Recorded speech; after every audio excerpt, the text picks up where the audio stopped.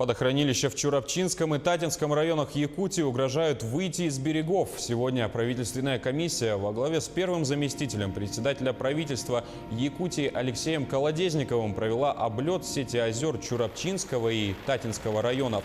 Сеть озер – это естественные водохранилища. Там произошел разлив, и что создает угрозу затопления населенным пунктом.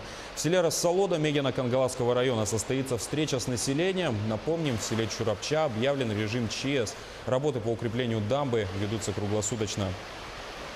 За каждым шлюзом закреплены ответственные лица от Министерства сельского хозяйства, управления мелиорации.